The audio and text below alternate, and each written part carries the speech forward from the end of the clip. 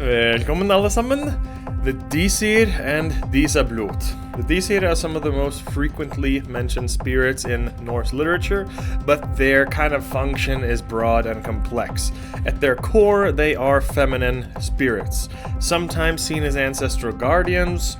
Other times they are linked to goddesses, other times they can be described as the Norns or Valkyries, but in this video we're going over the sources in the Norse and broader Germanic pagan tradition on the Dísir, and we're also going to speak about Dísablót, which is actually coming up in a couple weeks, as you can see on the calendar here, so you guys can celebrate it with full education going into it.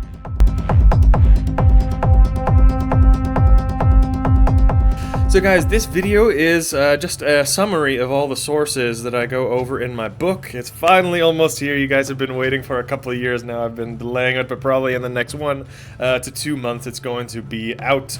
The first one, it's going to be a 2-volume series on the complete Norse and Germanic religion as we practiced at the roots of our ancestry.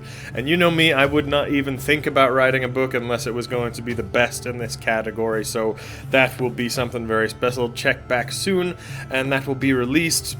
Please follow on Instagram or Facebook or just my website because YouTube is not really recommending my content anymore. It's not reliable, so you can find it on all those stuff, and also on Instagram and Facebook there's daily content and quotes and education about the religion of our ancestors. So I'd recommend everybody follow there because it'll be much more reliable about notifying you on the book too that will be coming.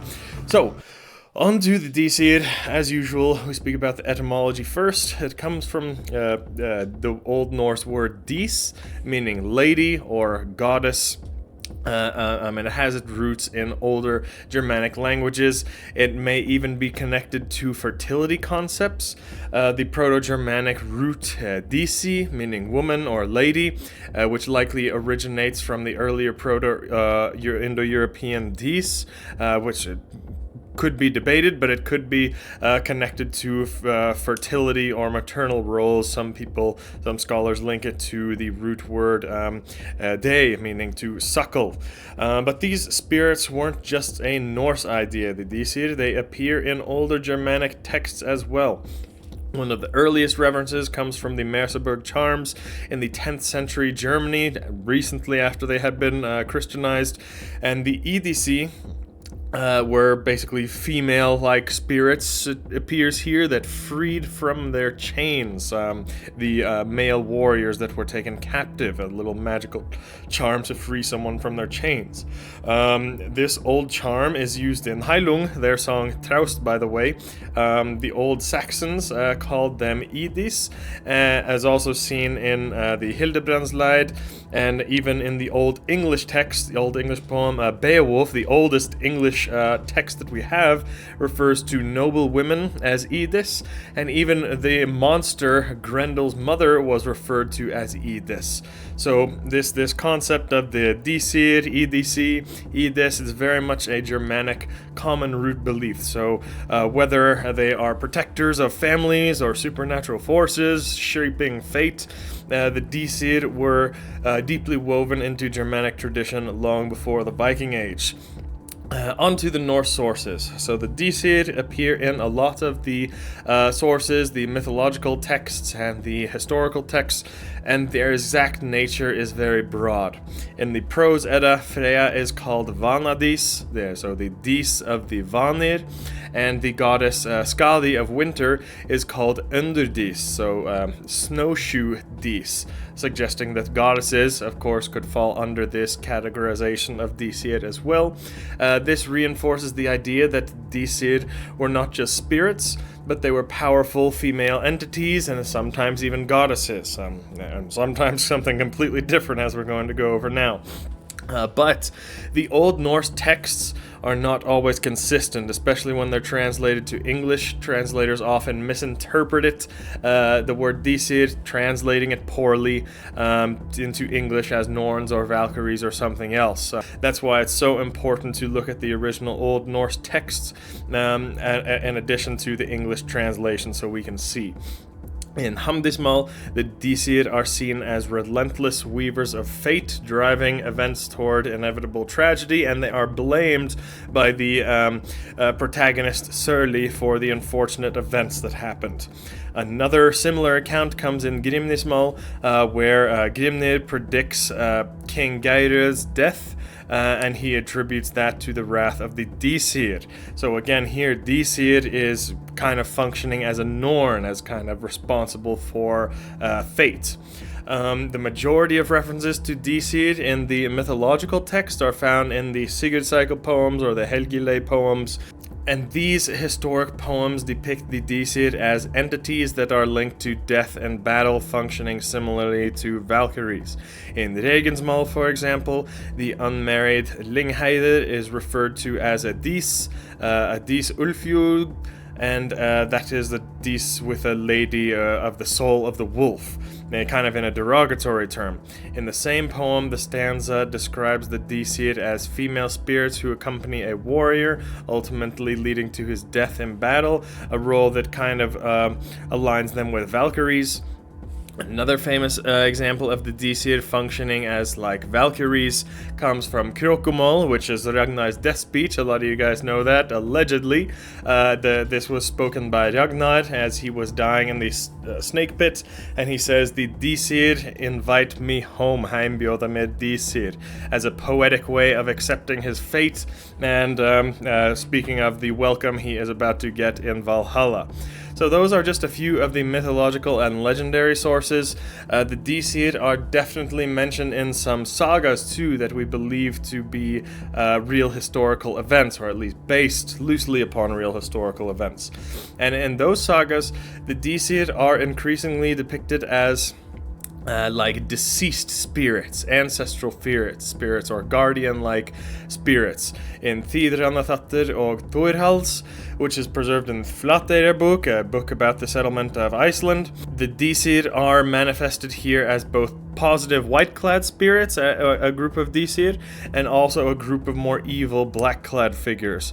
The narrative centers on Þíðrandi, a young man who was warned by the seer Þórhallr that disaster was looming ahead, and despite his doubts, Þíðrandi is ultimately confronted by supernatural women, both the protective and destructive. Dísir groups of women make their appearance here, but it is the black-clad ones that determine his fate. So the story is often seen as a metaphor for the conflict between paganism and Christianity, and the Dísir, the positive Dísir, were associated more with the Fylgjur, so the protective spirits of ancient traditions, while the black-clad Dísir represent the kind of harsh consequences faced by those who resist change, possibly also alluding to the Norns in some way. One much older legendary poem describes this same thing as the Dísir being ghosts or spirits of dead women. In Atlamal, the character Glaumvor warns her husband Gunnar that she had a dream about the Dísir, and she depicts them as just dead spirits like you see in this quote.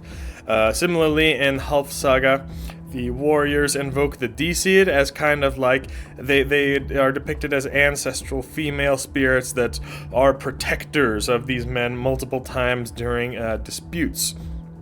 This not only reinforces their role as ancestral spirits, but it also highlights their connections to protection, like guardian spirit-like functions. The Dísir in this source are depicted almost like the Fylgja, which I did a video on a while back that you can check out. That could be the origin of guardian angels. I don't know. Christianity did steal a lot from Germanic culture when trying to assimilate the people. Are guardian angels mentioned in the Bible? Do any of you know? I don't know about that. Where did they first come from? What do you guys think? But finally, we can get on to Dísablót. This would have been a sacrifice to the Dísir. Dísablót is mentioned in quite a few sagas: Hervarar saga, Landnámabók, Víga Glúms saga, Egil saga, and in Heimskringla. According to Víga Glúms saga, it was held at Vetrinætur, so winter nights. This would have been at the start of winter in October time. It's also mentioned in Hervarar saga. The Dísablót is held in the autumn. and it is performed by a woman, the daughter of King Ulf, and it was specifically said to not be able to start until she got there and was able to lead it. So for the other sacrifices of the year that I've gone over, as you see on the calendar, there are 3 to 4, maybe even 5 other sacrifices that happen in the Norse year, but Dísablót was the one that definitely should have been led by a female, whereas the other could have been led by a male. Also, with Disablot being at this time of year in the fall, just like Alfablot was, this links the Dísir to various ancestral practices that were observed in the early winter all around the world. At the time where many cultures believe the barrier between our world and the next is at its thinnest. Halloween is an example of this, the Celtic Samhain, Dia de los Muertos, and so on. However, even though most of the sources show Dísablót was at the autumn or the early winter, in the saga of Saint Olaf in Heimskringla, the Dísablót was celebrated at Gamla Uppsala during the month of Goi, which would have been our modern late February, March time. This was alongside the Thing of all Swedes and a yearly fair, and with the arrival of Christianity, it says here, the assembly and market were shifted to a Christian feast in early February. But in pagan times, it would have been the original Dísablót or Dísting. In Uppsala, celebration would have been 2 full moons after Jul, which was in January, as Professor Andreas Norberg writes in his wonderful book. You should all check that one out. I think it's only in Swedish though, so but I can maybe put some translations to these texts on my website. But yeah, this year it is on March 14th, the full moon, as you see on the calendar behind me, that you can all pick up as well. The name Dísaþing in Old Norse, but now today Dísting is used, and the fair is still held annually in Uppsala on the first Tuesday in February, so it could be one of Sweden's oldest. And to be fair, this is the only source we have saying that Dísablót was in the late winter or spring. So it could have been something that only the Swedes actually practiced during pagan times, and the rest of the Norse world practiced it in the early winter at the full moon in our modern October at the Vetternätter.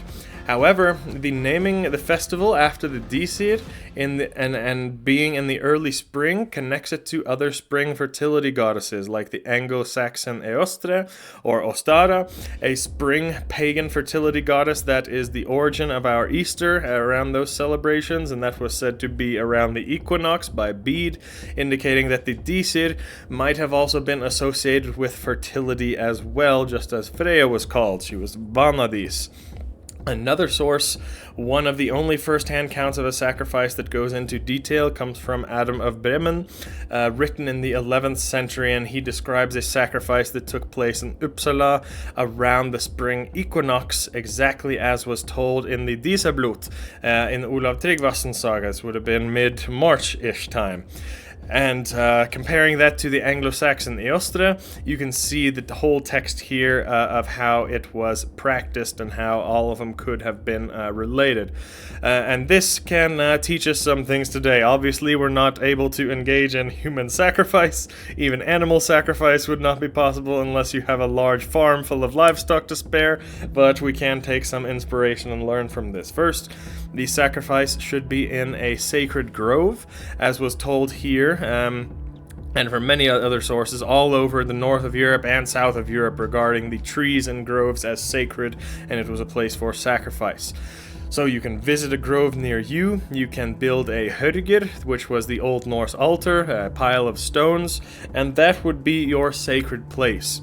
You can also set up maybe some statues or idols there of the Dísir, maybe Freya or other female deities. You can leave out fresh meat instead of the full animal sacrifice. In the Norse sagas, it would have been things like beef, pork, goat, sheep, horse that was sacrificed. Any meat would be a good offering for the Dísir.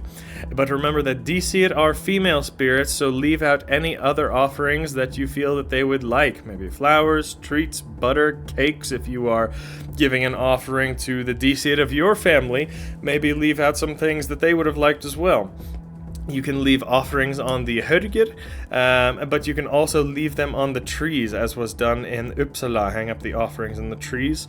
Finally, incantations customly chanted at the ritual sacrifice of this kind are manifold and unseemly, therefore it is better to keep silent about them. So the Christian Adam of Bremen found that they chanted pagan songs, but he would have considered them so evil pagan magic that he does not record them, the actual words to them. But what we can do today is some sorts of chants or invocations to the Dísir that would have taken place, and we can try and recreate those songs. Other than that, this is the time for honoring the feminine spirituality in things and nature.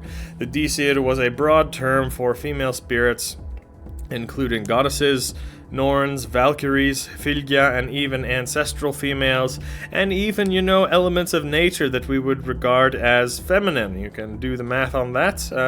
This is a time to honor your loved female family members too who have passed away. Very important. It's a time to connect with the next world and remember the loved ones who are no longer with us. And that's about it for the sources and a couple extra recommendations. Let us know in the comments down below. Dísablót is coming in just a couple weeks. Like I said, you can follow the guide on the calendar. We also have a recipe that you can follow along for the Dísablót. And any tips or experiences from you guys. On my Patreon, we go into a lot of these topics in a little bit more depth and sharing experiences with each other so we can fill in the blanks of our lost religion and get the most benefit out of it. But that's all I have to say for today. Hope you enjoyed. Happy Dísablót in a couple of weeks. Vi ses nästa gång.